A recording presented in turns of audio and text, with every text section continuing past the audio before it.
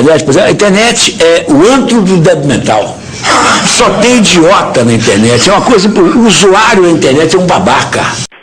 Essa semana, os cartunistas Jaguar e Ziraldo embolsaram 1 milhão de indenização pelos sofrimentos horríveis que eles tiveram durante a ditadura. Ah, mas sofreram horrivelmente, né? Foi uma coisa horrorosa, né? E o Ziraldo disse, o Brasil me devia isso aí. Eu vou provar para vocês que o Brasil devia tudo isso para o Ziraldo. Olha aqui, uma leve pesquisa na internet mostra que nos últimos anos, ou sei lá desde quando, o Ziraldo teve os seguintes patrocinadores. O empreendimento do Ziraldo teve o seguinte: patrocínio, apoio cultural, etc. Furnas, Unibanco, Secretaria da Cultura de Minas Gerais, Fundação Companhia Exterior Internacional, Banco Santander, Marcaneri, que são publicidade, a Oi, da Telecomunicação, TVE Brasil, Ministério da Educação, Secretaria de Audiovisual do Ministério da Cultura, Secretaria de Ensino à Distância do Ministério da Educação, Petrobras, Governo do Estado do Piauí, Rede Bandeirantes, FAPLAN, Caixa Econômica Federal, Prefeitura de Passo Fundo e Ministério da Cultura. Toda essa gente deu dinheiro para ajudar essas besteirinhas do Ziraldo. Porque o Brasil é o seguinte, o Brasil é um país que adora pegar um nego medíocre, faz um servicinho qualquer, tá certo? E dá ao camarada estatuto de grande artista, de gênio, etc, etc. É como antigamente existia no Brasil o mercado dos pintores primitivistas. Os chamados pintores primitivistas, os quadros deles valiam uma nota no Brasil. Você atravessava a fronteira, aqueles quadros não valiam nada. O resto do mundo ignorava e desprezava solenemente os tais dos primitivistas. Então, aquele mercado era uma espécie de ilusão que só existia dentro do Brasil. Agora, a genialidade de Ziraldo, Jaguar, etc., é desse tipo. Eles não são gênio coisa nenhuma, não são grandes artistas, nada, são apenas um desenhistazinho de merda. A obra inteira do Ziraldo é só estereótipo patrioteiro, do mais vagabundo, tá certo? E baseado num princípio moral idiota, que é o mais alto valor que existe é ser um cara legal. Quer dizer, é uma moral de retardado mental, você está entendendo? Agora, o que o Ziraldo sofreu? O Ziraldo, você teve no pau de arara, tu levou porrada, nunca aconteceu nada, rapaz. O que aconteceu é que você, naquela época, você não ganhou todo o dinheiro que você queria.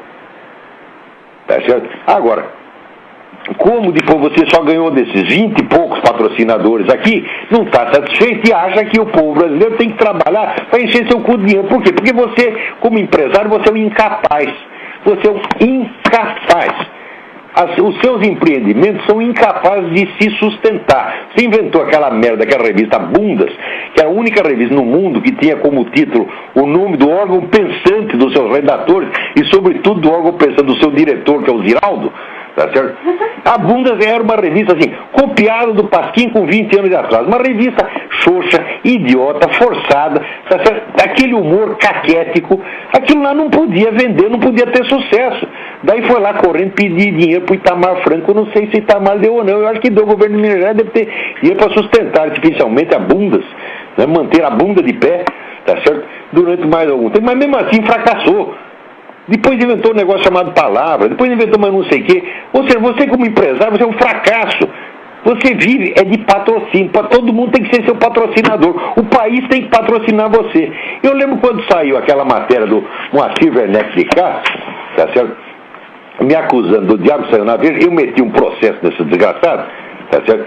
E na hora do processo, em vez do Moacir Werneck de Castro estar caquético, apareceu lá o Ziraldo, que também estava caquético, tá certo? Sabe o que eu fiz? Eu fiquei com dó do cara, porra.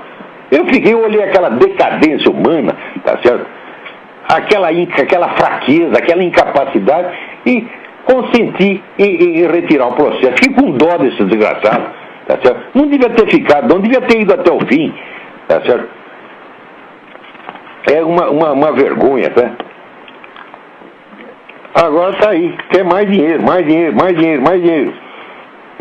Aliás, pois é, a internet é o antro do débil mental. Só tem idiota na internet. É uma coisa, o usuário da internet é um babaca. Então, por falar em burrinho demais, esta semana apareceu mais um gênio aí. Eu vou lá derrubar o Olavo de Carvalho. Publicou um artigo tal de Gustavo Moreira. Publicou um artigo chamado Imposturas de Olavo de Carvalho. Onde ele pega um pedacinho de um programa, note bem, Ninguém escreve um negócio para contestar um livro meu, uma tese minha, nada. Pega 3 minutos de programa, né? E daí escreve 100 laudas sobre o negócio, né? Quer dizer,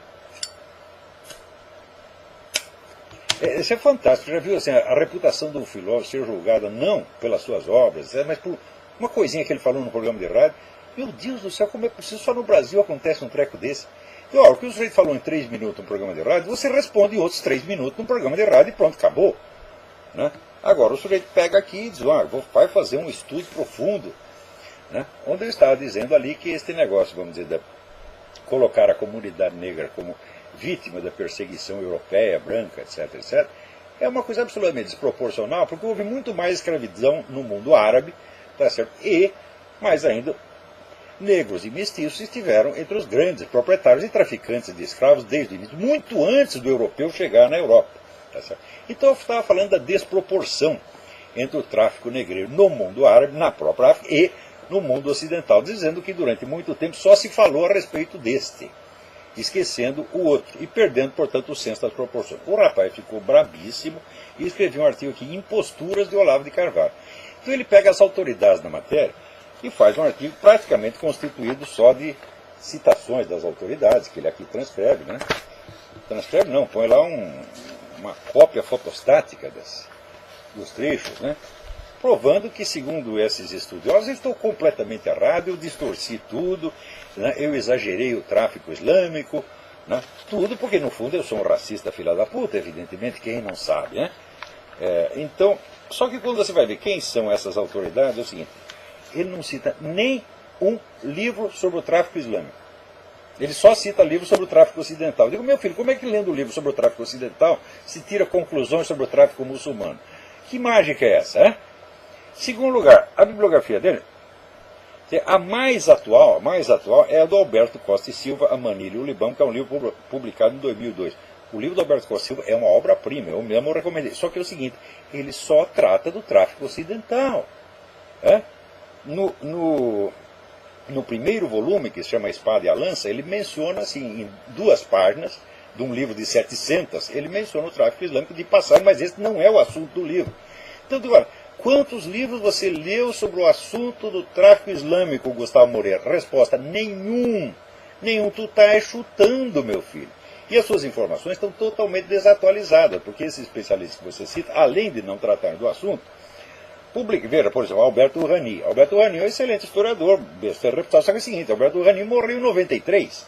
Ele não pode ter lido tudo o que se descobriu depois a respeito, que é uma coisa muito impressionante, daqui a pouco eu vou mostrar a vocês. Outros, ele pega esses doutrinários marxistas, como Perry Anderson, tá certo? Ou um simples apologista da Revolução Islâmica, como Amin Maalouf. Quer dizer, primeiro, não são especialistas na matéria. Segundo, aqueles que são, como por exemplo Manolo Florentino, um estudioso brasileiro, muito sério. Só que é o seguinte, ele só estuda o tráfico brasileiro. Pô, vejam lá a bibliografia dele, vejam os trabalhos dele, são um trabalho muito bom, por exemplo, comparando, né, o tráfico na Bahia e em São Paulo. Eu digo, mas escuta, como é que você estudando Bahia e em São Paulo, você vai saber o que estava se passando na Zâmbia, na Serra Leoa? É impossível, meu filho. Então você tem que procurar, você quer falar do assunto, vai procurar a bibliografia sobre o assunto, não sobre um outro assunto parecido. Então aqui, vou dar algumas. Aliás, toda a bibliografia que ele cita é em português. Estão todos discutindo com mais um erudito monoglota. É um negócio fantástico no Brasil. Então o cara lê esses livros que já são de circulação usual, né, no meio universitário brasileiro, lê aqueles 5 livrinhos e acha que sabe tudo. Bom, tudo isso está enormemente desatualizado. Praticamente tudo o que se sabe sobre o tráfico islâmico foi descoberto nos últimos 20 anos, pelo menos 30. Né? Então é realmente novidade, mas que um estudioso, um erudito como vocês pretendem, tem a obrigação de estar informado. Mas primeiro você tem que aprender a ler em línguas estrangeiras, meu filho, coisa que você não sabe, você só lê livro em português. Tá certo? Então eu vou mostrar aqui alguns livros essenciais para o estudo do assunto, que não vamos nem entrar na discussão da matéria, porque as informações dele estão tão desatualizadas, estão tão por fora, ele ignora tão completamente o tráfico islâmico, que a única coisa que ele pode fazer é realmente, né, tirar um PDF de alguns livros altamente desatualizados e botar aqui para, né, exibir a cultura que não tem. Então, antes de tudo, meu filho, você quer discutir o assunto? Informe-se. Então, veja, Por exemplo, leia este livro, Les Négriers en Terre d'Islam, Os Negreiros nas Terras do Islã, de Jacques Heers, tá certo? Que foi professor de História da Sorbonne e publicou vários livros a respeito das cruzadas e da escravidão. Né?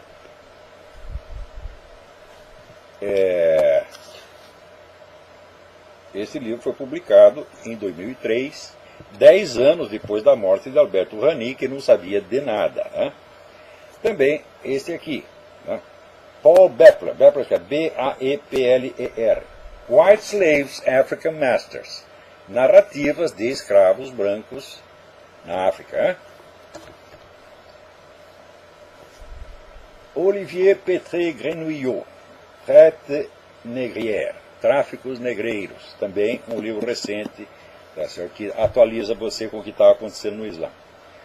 Serge Billet, autor africano, Quand les Noirs avaient des esclaves blancs. Faz favor de ler isso e depois vem me encher o saco, tá? Aqui, Bernard Lugan é o maior historiador da história africana, um historiador ocidental da história africana. Tem 2 livros importantíssimos aqui que dão para você uma ideia do tamanho do tráfico muçulmano, que chegou a escravizar 17 milhões de africanos. 3 vezes mais do que veio para o Ocidente.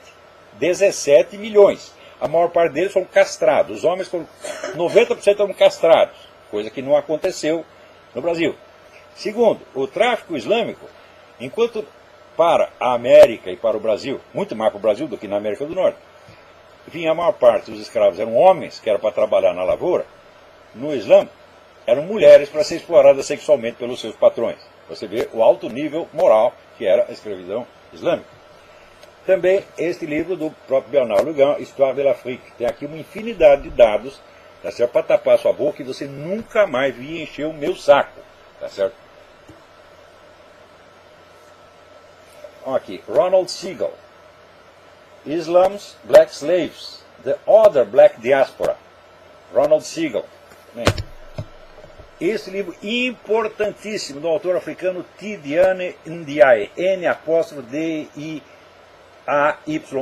Le Génocide Voilé, o genocídio velado, quer dizer, o genocídio praticado pelos escravizadores muçulmanos contra os escravos negros ao longo de 13 séculos. Tá? E aí o cara vem dizer que não foi nada, que o principal foi no Ocidente, que nós aqui somos escravizadores. A grande diferença entre o Ocidente e o mundo islâmico, e o mundo africano inteiro, aqui o senhor Gustavo Moreira, é o seguinte, é que aqui houve movimento abolicionista, desde o século XVIII começou. E lá nunca teve nada. Ninguém pregou a abolição, por quê? Porque no Islã, o Corão assegura o direito de ter escravos, então ninguém vai abrir a boca contra o Corão. Então nunca houve movimento abolicionista lá. O movimento abolicionista foi inventado por nós, europeus, cristãos, fascistas, nazistas, racistas, filhos da puta. Fomos nós que inventamos isso, Gustavo Moreira. Agora, para ver como é que a vida é boa nesses lugares, ainda aqui, lê esse livro. Mende Nazer, Slave, My True Story. A história de uma escrava que fugiu de país muçulmano, tá certo? E foi procurar abrigo na Inglaterra. Lugar cheio de nazista, fascista, filha da puta, né? Também, ó, esse aqui, White Gold, Gilles Milton, White Gold, a história extraordinária de Thomas Pellow e do 1 milhão de escravos brancos no Islã. Quer dizer, 1 milhão está abrangido nessa história, não quer dizer que foi só 1 milhão. De escravos africanos foram 17 milhões, tem mais aqui 1 milhão de brancos. E esse aqui, Murray Gordon, Slavery in the Arab World. Então, tudo isso, meu filho, é a pesquisa histórica realizada nos últimos 20 anos e não chega no Brasil. Isso não é para quem só lê português, tá certo? Para monoglota metido como você, tá certo? Então vai assim, vai estudar, vagabundo. Agora, o mais bonito da história é o seguinte, é que ele disse, resvala, situação, a palavra escrita às vezes resvala para o pugilato, né? Em situação nas quais ela flerta com as cenas da mais tosca briga de rua, com seus palavrões e suas acusações ad hominem. Muito bem. Só que ele escreve ad hominem com N final. N e não M. Ad hominem, aqui, seu analfabeto, seu bosta. Hominem é o acusativo de homo homines, terceira declinação latina. Não existe nenhum acusativo latino que termine em N. Quer dizer, vai estudar, vagabundo. Com isto aqui, você merece perder o seu emprego. Tá certo? Como é que se admite que um analfabeto desse seja professor de uma universidade e ainda se meta a líder de movimentos que visam destruir a própria universidade? O que é isto, porra? Quer dizer, você, num só parágrafo, você cita duas coisas que você não sabe o que são. A frase do Buffon, você não sabe o que é. E vem com a expressão ad hominem com N. Ora, vai lamber sabão, porra. Quer dizer, eu digo o seguinte, o Reinaldo Azevedo foi caridoso com esse cara. Porque, veja, ele vem com essa exigência de polidez. Ora, às vezes nós somos impolidos, tá certo? Mas para comentar, não ideias. Nós não estamos discutindo ideias. Será que eu vou discutir? Isso aqui é uma ideia do professor Safatli, né?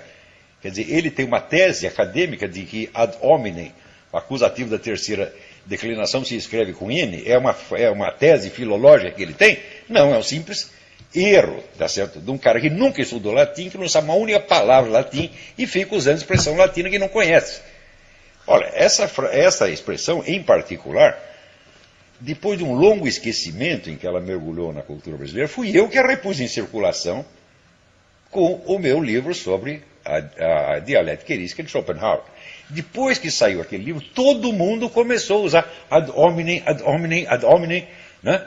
Quer dizer, a expressão ad hominem significa o seguinte, é quando você tenta refutar uma ideia, não, vamos dizer, por uma objeção interna ou externa que você tem a ela, mas pela má qualidade da pessoa que a emitiu. Por exemplo, o sujeito chega aqui com uma teoria física, eu digo, ah, você é ladrão, você comeu a mulher do próximo, você é viado, você é isso, qualquer coisa assim. Né? Então isso é o que se chama argumento ad hominem. O argumento ad hominem é, vamos dizer, uma acusação que é despropositada dentro da discussão. Porém, eu já expliquei aqui, já expliquei em artigos, mas esses caras não leem, né?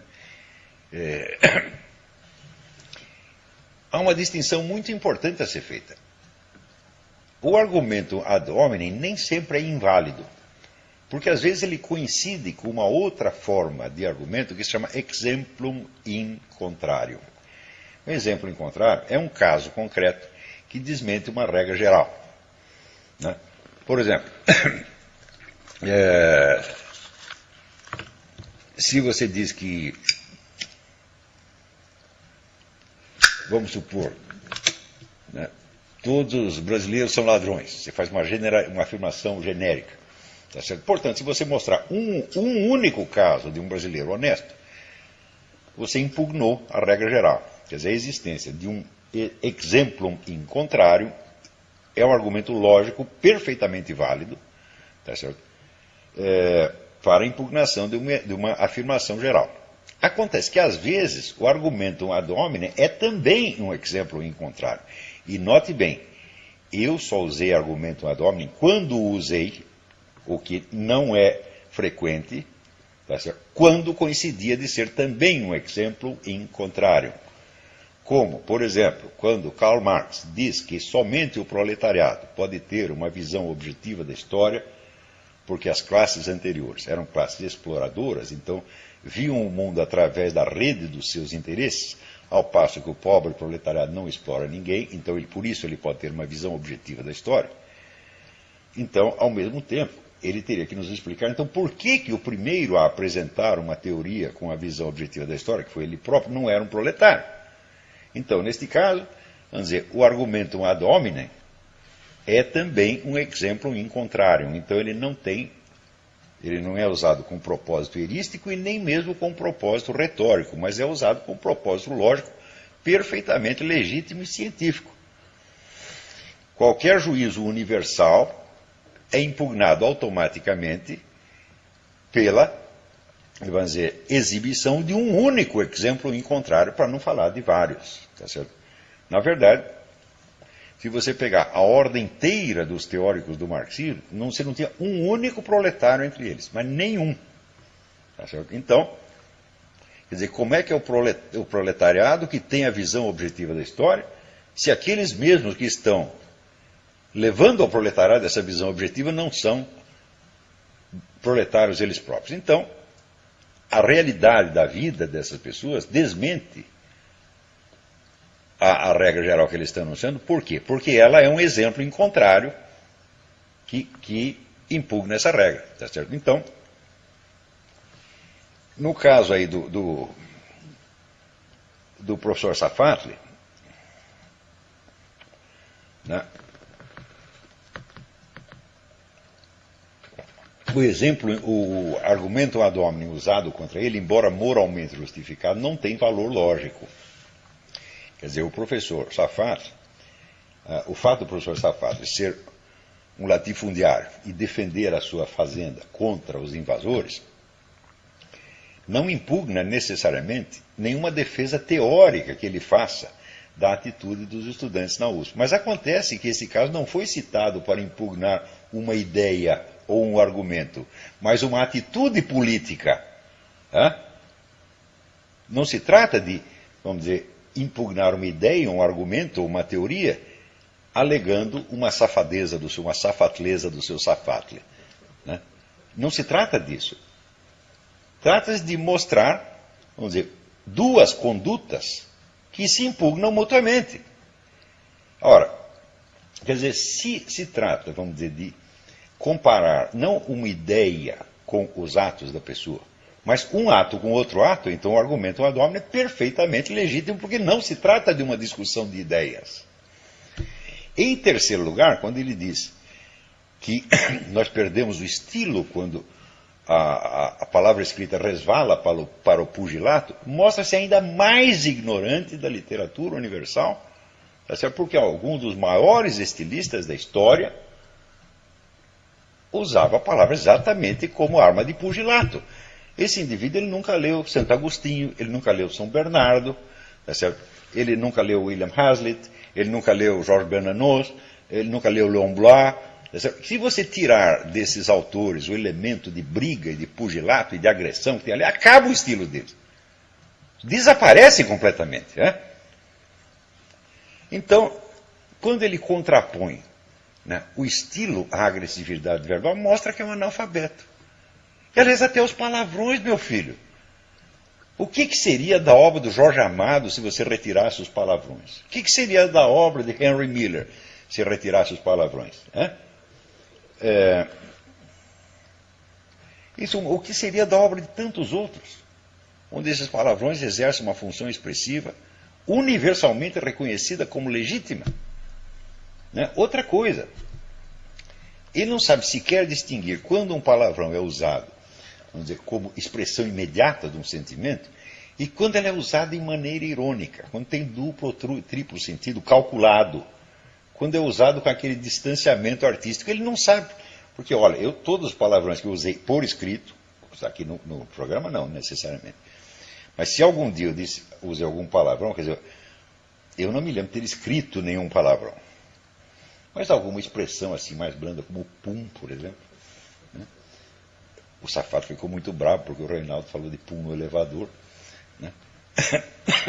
Então, sempre foi usado com distanciamento estético, meu Deus do céu. Mas se os caras não sabem ler, se o cara não sabe nem a terceira declinação latina, que devia ter aprendido no ginásio, e se aventura a exibir uma cultura que não tem, mostrando que é realmente um vigarista, eu repito, isso é vigarice, seu Safatli, né?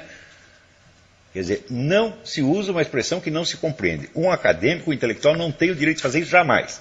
E você está fazendo o mesmo parágrafo duas vezes, com a frase do Buffon e com este acusativo latino terminado. Porém, o texto do seu Vladimir Safatli também pode servir, porque é assim, o uso de chavão. Primeiro, ele transforma a frase de Buffon num chavão.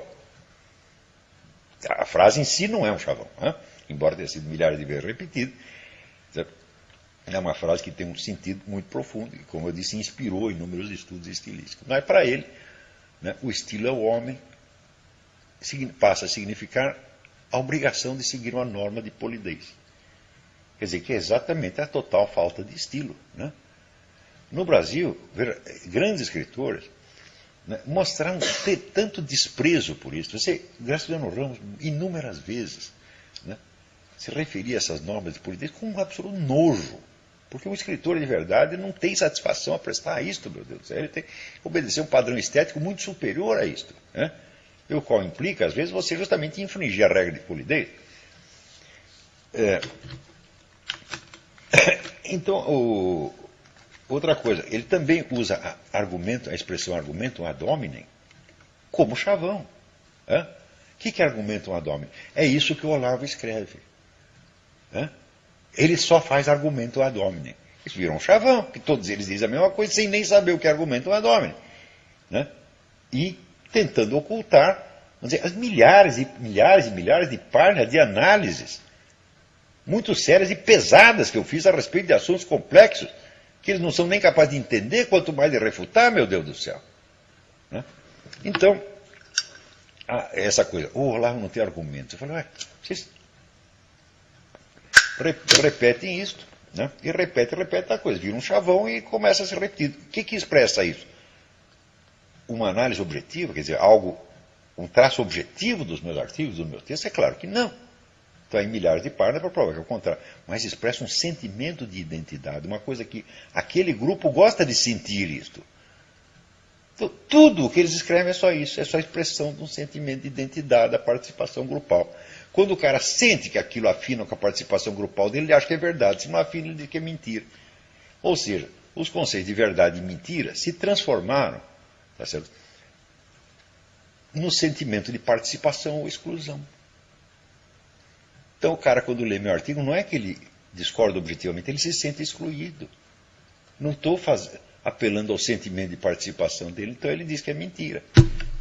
A mentira significa não gosto e a verdade significa gosto. Gosto exatamente como meus colegas gostam. É o nosso gosto coletivo. Então, o critério de verdade e erro virou isso no Brasil. Graças a esta geração de vigaristas, filhos da puta, que não tem direito de ensinar em ginásio. Safado, você não tem qualificação para ensinar em ginásio. Um professor de ginásio que fosse lá e escrevesse o acusativo da terceira declinação latina com N, o que os alunos iam fazer com ele no meu tempo? Impedir a demissão do cara imediatamente. E é o que você merece. Agora, aqui o Rodrigo José me manda uma carta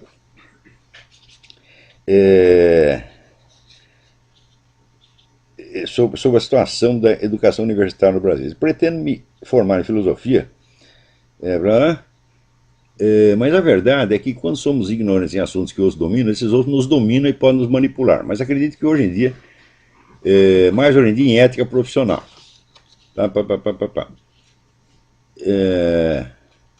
Ele se refere aos formadores de opinião que estão formando a maneira como pensa a sociedade moderna futura, os futuros intelectuais como Emir Sader, Mariana Soares, João Carlos Kfouri, Quartim de Moraes e muitos outros. A minha pergunta é, como um aluno de uma universidade como a USP ou a Unicamp vai debater, vai se dar conta de que, está sendo ensinado, de que aquilo que está sendo ensinado não é verdade? O que me preocupa é como saber distinguir esses parasitas intelectualoides que estão em massa nas universidades e conseguem ter mais conhecimento que os outros moldaram a seus modos da história. Ora, ter mais conhecimento do que o aluno recém-chegado é coisa mais fácil. Qualquer professor tem, por definição. O problema é o seguinte, é o quanto. Se ele tem apenas o suficiente para te enganar e assustar, então é evidente que é um charlatão. Agora, o que eu recomendo é o seguinte, que eu sempre recomendei aos meus alunos, você estude rapidamente e fique sabendo mais do que eles, véio. E em seguida não os respeite mais. Quer dizer, cobre, exija, desmascare. Você pensa que vai prejudicar a sua carreira por causa disso? Não, vários alunos meus já testaram. Quer dizer, estudaram a matéria profundamente, quando o professor falava uma besteira, ele falava, não, professor, não é assim, é do outro jeito. Corrigiu o professor todo dia. O professor ficava aterrorizado e dava 10 para o sujeito até o fim do curso. Ele não vai querer se meter e enfrentar um leão, tá certo? Então, o segredo é o seguinte, não tem fórmula mágica, você tem que estudar mais do que os caras. O que eles falaram, você anota e você vai lá na bibliografia e confere. Sempre procure encarar o mesmo assunto desde 3 ou 4 ou 5 ou 10 pontos de vista diferentes. Se eles não te dão as fontes para isso, você mesmo vai ter que procurar. Ou, se é o caso, pergunta para mim. O cara recomendou um livro que diz tal coisa, eu quero um livro que diz o contrário. Eu indico um. Também aqui, o mesmo Rodrigo José pergunta, qual é a receita para se tornar um bom filósofo verdadeiro intelectual hoje em dia? Falo, olha, as condições da vida intelectual, eu acho que a primeira delas, né, você tem que ter amplitude de conhecimento, quer dizer, você tem que se interessar por todos os campos que são correlatos àquele que mais lhe interessa. Se você está interessado, por exemplo, em letras, Você vai ter que estudar história, você vai ter que estudar ciências sociais, vai ter que estudar filosofia, vai ter que estudar religião, tudo aquilo que dá o contexto do que você está estudando. Mas acontece que é o seguinte, uma vez num curso no Paraná, eu disse aos alunos que, vamos dizer, um estudioso acadêmico, para ele se manter atualizado, ele tem que ler 80 livros por ano. Metade da sala desmaiou, outra metade saiu correndo. Não, professor, o senhor é muito brutal, 80 livros por ano, né? Então, mas isso aí é o mínimo, isso é o que se deve fazer. Eu lembro do tempo do Zé Guilherme Melchior, o Zé Guilherme Melchior lia livro pra caramba, ele citava todos, botava lá edição, parte. O pessoal achava ruim. Eles acharam, não, isso aí é exibição. Falaram, mas peraí, eles não sabem nem que você citar as fontes faz parte das obrigações, né, do acadêmico. Então, e sobretudo eles ficavam mordidos porque o Zé Guilherme Melchior tinha lido coisas que eles jamais iam ler na vida. Aí comigo faz a mesma coisa, também cito as coisas, eles ficam mordidos, né? Daí leva assim, depois eu cito um livro, 10 anos depois aparece um monte deles citando o mesmo livro como se fosse pela primeira vez, né? Então, a primeira coisa é a amplitude. Segunda coisa, você tem que estudar, sobretudo, os problemas que você sente como problemas verdadeiramente importantes, não só objetivamente na história, mas que são importantes para você. Quer dizer, aqueles nos quais você possa assumir uma responsabilidade pessoal. De modo que você trata esses problemas com a seriedade, aquela seriedade feroz com que você trata num problema pessoal. Evitando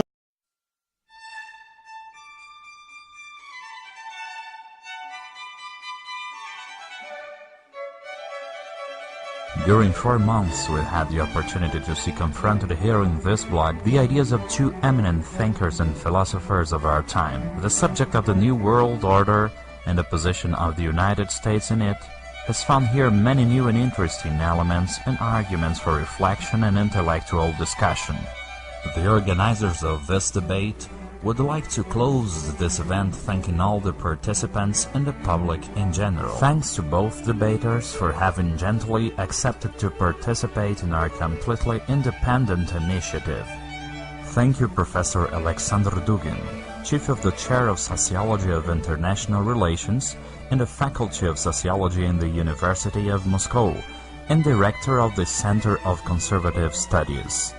Thank you, Professor Olavo de Carvalho, Director of the Inter-American Institute and Professor of the Philosophy Seminar. And finally, thanks to the dozens of thousands of people around the world who followed this debate.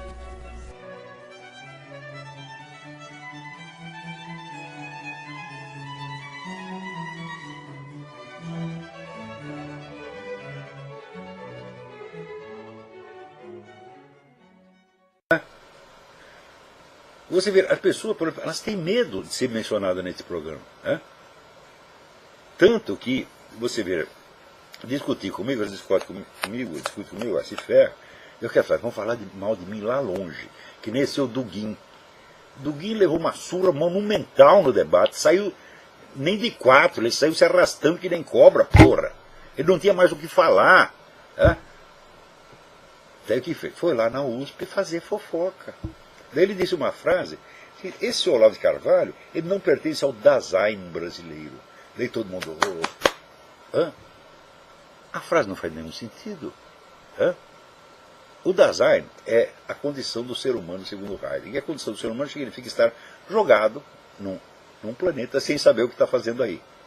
Eu digo, mas esta é exatamente a minha condição no Brasil. Eu fui jogado lá, eu já falei 1000 vezes, eu sou um pobre espermatozoide português que foi jogado no transoceânico, fui para lá. Então isso é exatamente o Dasein.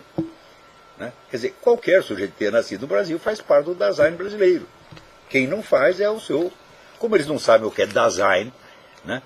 E eles dizem, se ele diz que o Olavo não faz parte, é porque deve ser coisa boa. Então, Agora esse bosta desse Dugin vai lá, fala mal de mim pelas costas. Por que não aproveitou para falar o que tinha que falar durante o debate? Porque não tinha mais nada o que falar. Porque ele é um cara que leu muito, ele é muito erudito. Tá certo? Mas é erudição totalmente desconjuntada e ele faz conexões que são puramente analógicas, simbólicas, achando que são coisas factuais reais.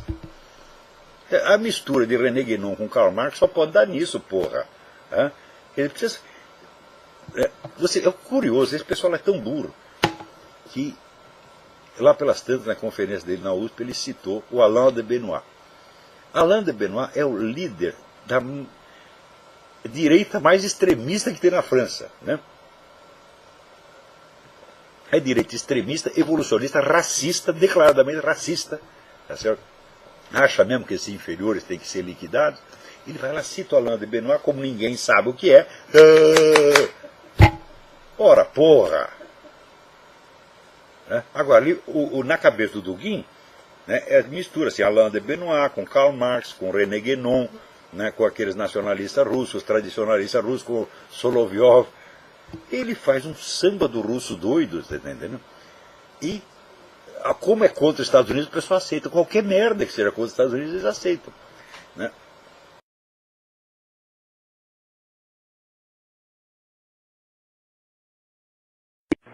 Vamos lá, tem outra pessoa na linha. Quem é? Alô? Alô, professor, meu nome é Roberto, tudo bom, professor? Roberto, tudo bem? Tudo bom. Professor, para eu entender melhor as forças que estão movendo pró e contra a implantação do governo mundial, né? No último programa, o senhor falou que as forças pró-governo mundial, uma delas são os globalistas ocidentais, não é isso? Isso. A segunda força, o senhor falou que era KGB. É o movimento comunista. KGB isso. é uma... KGB seria o movimento comunista, né? Está designando, vamos dizer, um conjunto por uma das suas expressões, que é a KGB. Mas é o movimento comunista. E o terceiro é o Islã. É o Islã. Com relação aos movimentos contra a implantação do governo mundial, veja se eu estou correto. Para mim, acho que são 3 obstáculos, né? Um seria os Estados Unidos, né? Não sei se eu estou errado. O nacionalismo americano é um obstáculo. O nacionalismo israelense é outro obstáculo. E o terceiro seria o cristianismo. Pela Europa também são obstáculos. Certo. Acontece que o nacionalismo atuante mesmo, você só vê aqui nos Estados Unidos e em Israel. Nos outros movimentos nacionalistas são minoritários e às vezes estão na mão de maluco, que não entende. Não entende o que está se passando. Certo. Você vê, por exemplo, na França, esse é o Le Pen. Ele tem um movimento nacionalista. Só que é o seguinte, ele é anti-judaico. Então como é que você vai poder fazer uma frente contra o governo mundial? Se os dois pilares da resistência são americano e judeu. E ele já começa indo contra metade. É maluco, evidentemente. Certo. Uma coisa que eu não entendo com relação... Está muito cheio desses caras que não têm capacidade para organizar uma coisa de verdadeiro relevo, tá entendendo? Agora, aqui em Israel tem. Certo. Uma coisa que eu não entendo em relação a Israel é o seguinte, seria ignorância minha, tá? Por exemplo, eu lendo alguns artigos, dizem que quem criou o Estado de Israel foram as forças que criaram a ONU, né? Ou seja, as forças globalistas. Se essas forças globalistas criaram Israel, então por que Israel está sendo, vamos dizer assim, a ONU não era a força contrária? A ONU não tinha a menor presunção de ser um governo mundial. A ONU nasceu de um acordo entre Estados soberanos. Foi depois. Existe o livro do Cliff Kincaid e o livro do Edward Griffin sobre a ONU. O livro chama-se The Fearful Master. E depois o livro do Cliff Kincaid e agora, que chama assim, o Poder Global, uma coisa assim. A ONU e o Poder Global, uma coisa assim. Cliff Kincaid. Aí você vai ver que a transformação da ONU em instrumento de implantação do governo mundial foi uma coisa bastante posterior. Começou nos anos 70. Tá. Tá certo? Então, não se esqueça o seguinte, quem era o secretário-geral da ONU quando surgiu o Estado de Israel? O nosso Oswaldo Aranha, grande diplomata brasileiro. Meu Deus, quando você vê um homem da estatura, da coragem, vamos dizer, da virilidade intelectual e política do Oswaldo Aranha, e compara com esses merda que tem hoje, esses capados, tá entendendo? Bando de vigarista, capado, sem vergonha. O Brasil decaiu muito. Então, o Oswaldo Aranha presidia a Secretaria-Geral da ONU quando Israel foi aprovado. E ele foi um dos grandes promotores da causa israelense. O que era o Oswaldo Aranha? Era um nacionalista brasileiro extremado. Era um homem do Getúlio Vargas. Certo. Então, uma por coisa exemplo, é outra. Então nós não podemos atribuir, não podemos explicar o que aconteceu antes pelo que aconteceu depois. É isso? Então, tá certo. espero que tenha respondido. Certo. Tá bom, professor. Muito obrigado, hein? Obrigado eu. Olha aqui, o Estado de Israel, você pode pensar o que você queira. Você pode até nem gostar de judeu, mas ainda que não gostando, você tem que reconhecer uma coisa. O Estado de Israel, a existência e persistência do Estado de Israel é uma necessidade absoluta para a defesa de direitos fundamentais da humanidade. Se está contra Israel, está contra a espécie humana. Se está contra Israel, você quer o governo global. Entendeu? Então, vamos lá. Agora, o que o governo global nos promete? Veja o que o Obama está fazendo aqui. O Obama, representando o governo global, ele é contra os Estados Unidos e a favor do governo global. Mas mesmo assim ele não pode dar muita bandeira, por quê? Porque tem gente no partido dele que também não concorda com essas coisas. Mas se ele pudesse, ele enfrentaria a nova ordem global amanhã. Acabava com os Estados Unidos, acabava com fronteiras nacionais, todo mundo ia erguer a bandeira da ONU, ou a bandeira da Comunidade Europeia junto com a do seu Estado, e depois um pouquinho acima do seu Estado, da do seu Estado, e no fim a bandeira do seu Estado desaparece, e fica só o macro-império.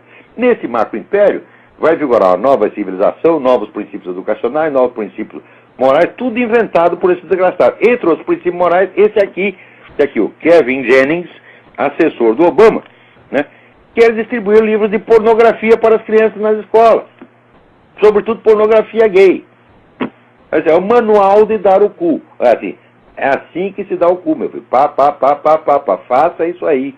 Daí ele complementa. Eu experimentei e gostei. Então você também tem que experimentar e gostar. Tá certo? Ah, não quero. Tá? Ah, você é um fascista, né? Extremista de direita. Né? Ah, meu Deus do céu. Christopher Calder, que é do Financial Times, lançou um livro, Reflexões sobre a Revolução na Europa. Onde ele diz o óbvio. Ele diz o seguinte,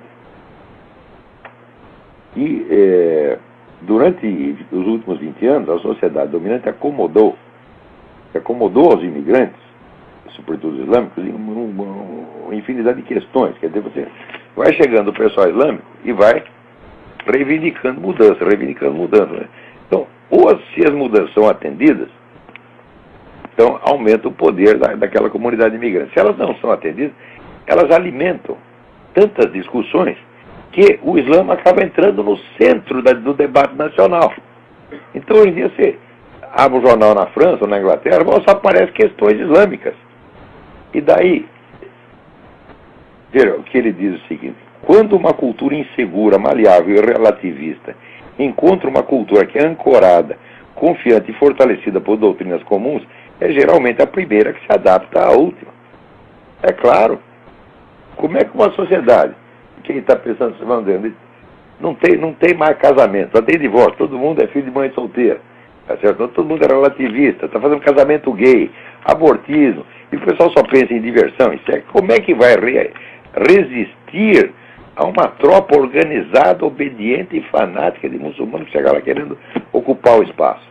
E, meu filho, isso aí é a briga, vamos dizer, entre um pedaço de aço e um pedaço de geleia, tá entendendo? A sociedade europeia é a sociedade de geleia. Não resiste absolutamente. Aqui nos Estados Unidos ainda tem alguma resistência. Mas note bem, quase 150 anos atrás, Ernesto Renan, que foi um dos pioneiros dessa mentalidade modernista, ateística, relativista, etc., ele dizia o seguinte: antes um povo imoral do que um povo fanático. Ele só esqueceu de dizer o seguinte: no confronto entre o povo fanático e o povo imoral, quem vai ganhar é o povo fanático. É claro que as duas coisas são muito ruins. É muito ruim a imoralidade, é muito ruim o fanatismo. A coisa é a seguinte: o fanatismo é uma coisa ruim que fortalece o povo, né? E a imoralidade enfraquece. Então isso aí era uma coisa que já era previsível há muito tempo. Agora, quando eu digo para as pessoas, olha, sociedade laica, civilização laica não existe. Civilização é a religião. Se você tira a religião, bom, vem um outro povo que tem religião e vai dominar o primeiro. Isso é a coisa mais óbvia. Sempre foi assim, sempre será assim. Agora, você imagina se, para resistir a essa ocupação islâmica, os caras vão convocar lá o movimento gay, as abortistas, feministas, todo esse beautiful people,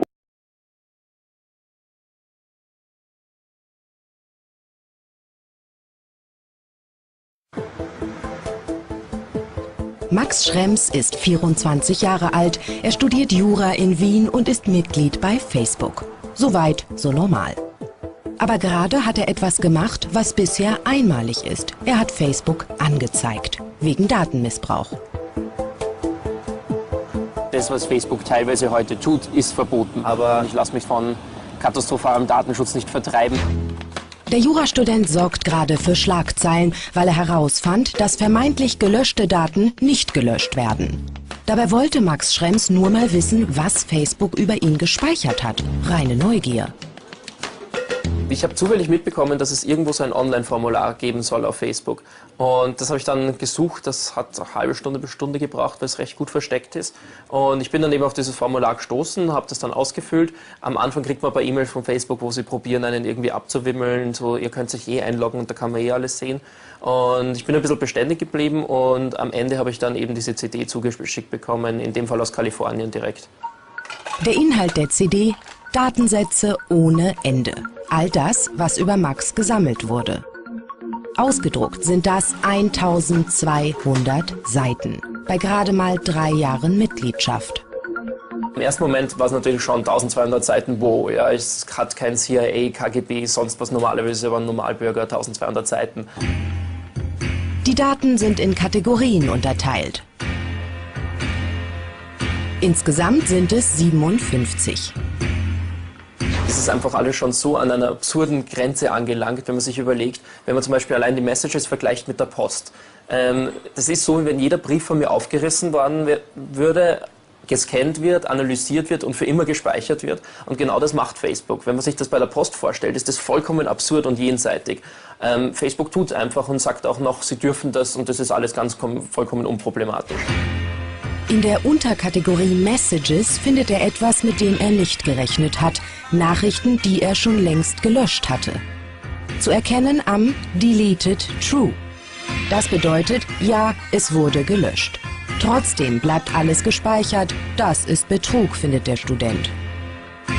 Sie sagen, du hast alle Möglichkeiten, du kannst alles löschen, willst du es ganz wirklich löschen? Dann sagst du, ja, ich will es wirklich löschen, in Wirklichkeit tun sie es nicht. Und das ist unterm Strich reine User-Verarsche. Wer auch immer diese Daten sieht, kann innerhalb kürzester Zeit höchstpersönliche Dinge lesen. Sex, Teilnahme an Demos, Krankheiten. Stichwörter in der Suchfunktion reichen, um Entsprechendes aufzuspüren. Man findet gerade in den Nachrichten eigentlich zu allem dann irgendeinen Text, der dazu passend ist. Und aus dem kann ich innerhalb von 5 Minuten rauslesen, was jemand wählt, was für Krankheiten er vielleicht gehabt hat, irgendwelche Beziehungsdramen, was auch immer man halt auf Facebook abgewickelt hat, über irgendwelche, wo man Nachrichten geschrieben hat. Und all das ist vollkommen unlöschbar. Was auch dazu kommt, ist, dass Facebook zum Beispiel sagt, sie garantieren nicht, dass das alles irgendwie sicher ist. Es kann jederzeit auch im Internet auftauchen und so weiter. Facebook ist mittlerweile eine digitale Macht. In den USA ist jeder Zweite aktiv in dem sozialen Netzwerk, in Europa jeder Vierte. Seit der Gründung 2004 ist die Mitgliederzahl weltweit auf 800 Millionen angewachsen und irgendwie ist jeder mit jedem vernetzt. Riesige Server speichern die Daten. Wofür, ist unklar. In den USA herrscht schon eher die Idee, was man mal hat an Daten, gibt man nicht mehr her, wurscht wie. Und hauptsächlich hat der das Recht an den Daten, der sie einfach hat auf seinen Server. Und gerade hat Facebook etwas entwickelt, mit dem sich noch mehr Informationen sammeln lassen. Vor 2 Wochen hat Gründer Mark Zuckerberg die Timeline vorgestellt. Alle Daten des Nutzers werden chronologisch zusammengesetzt und ergeben ein virtuelles Tagebuch. Vom Grundkonzept finde ich es natürlich sehr erschreckend, weil uns ist gesagt worden, Facebook ist dafür da, dass wir jetzt im Moment mit ein paar Freunden was austauschen, kommunizieren, vielleicht ein paar Bilder hochladen. Und aus diesem Datenhaufen jetzt sozusagen ein Lebensarchiv draus zu kreieren, da hat niemand von uns jemals zugestimmt. Dürfen die das? Nein, dürfen die nicht, sagt Max Schrems. Bei seinen Recherchen entdeckte er Folgendes. Facebook hat nicht nur in Kalifornien seinen Sitz. Seit 2009 gibt es eine zweite Firmenzentrale in Dublin, vermutlich um Steuern zu sparen. Wer in Europa lebt, hat seitdem einen Vertrag mit Facebook Irland. Als Jurastudent weiß er, dass das Netzwerk sich dann an das Recht in Europa halten muss. Das ist wesentlich strenger als in den USA. Er stellt Anzeige gegen Facebook. in 22 Punkten. Auf seiner Seite Europe vs. Facebook listet er sie auf. Die Anzeigen schickt er an die irische Datenschutzbehörde. Port Arlington bei Dublin. Hier sitzen die irischen Datenschützer. Billy Hawkes ist ihr Chef. Er bekam die Anzeigen von Max Schrems auf den Tisch und prüft sie derzeit. Wenn Daten gelöscht sind, dann sollten sie weg sein. Also wenn Facebook tatsächlich Daten aufbewahrt, auf die sie kein Recht mehr haben, dann ist das gegen das Gesetz. Wir haben sehr effektive rechtliche Mittel, um unsere Gesetze durchzusetzen. Wenn das stimmt, hat Facebook ein echtes Problem. Die Firmenzentrale in Dublin. Ein Interview gibt es nicht, wir bekommen nur eine E-Mail. Darunter steht unter anderem zu dem Vorwurf, Facebook würde Daten nicht löschen. Bei den Berichten über gelöschte Daten, die manchmal in den heruntergeladenen Dateien auftauchen, ist festzuhalten, dass es sich hierbei wahrscheinlich um Posts handelt, die auf einer bestimmten Stelle auf Facebook entfernt, aber nicht gelöscht wurden. Oder aber die Informationen mussten für eine kurze Zeit für Nachforschungen aufbewahrt werden. Wir arbeiten daran, diesen Prozess so nahtlos wie möglich zu gestalten. Ob das Nichtlöschen Versehen oder System ist, das untersucht jetzt der irische Datenschutz. Auf jeden Fall hat Max Schrems es schwarz auf weiß, dass seine vermeintlich gelöschten Daten nicht gelöscht sind. Ich meine, das ist schon sozusagen relativ doof, dem anderen direkt das Beweismaterial zuzuschicken, ne? Ziel des Studenten ist, dass Löschen wirklich Löschen bedeutet und nicht irgendeine verklausulierte Ausrede. Oder haben Sie verstanden, was Facebook damit sagen will? Bei den Berichten über gelöschte Daten ist festzuhalten, dass es sich hierbei wahrscheinlich um Posts handelt, die entfernt, aber nicht gelöscht wurden.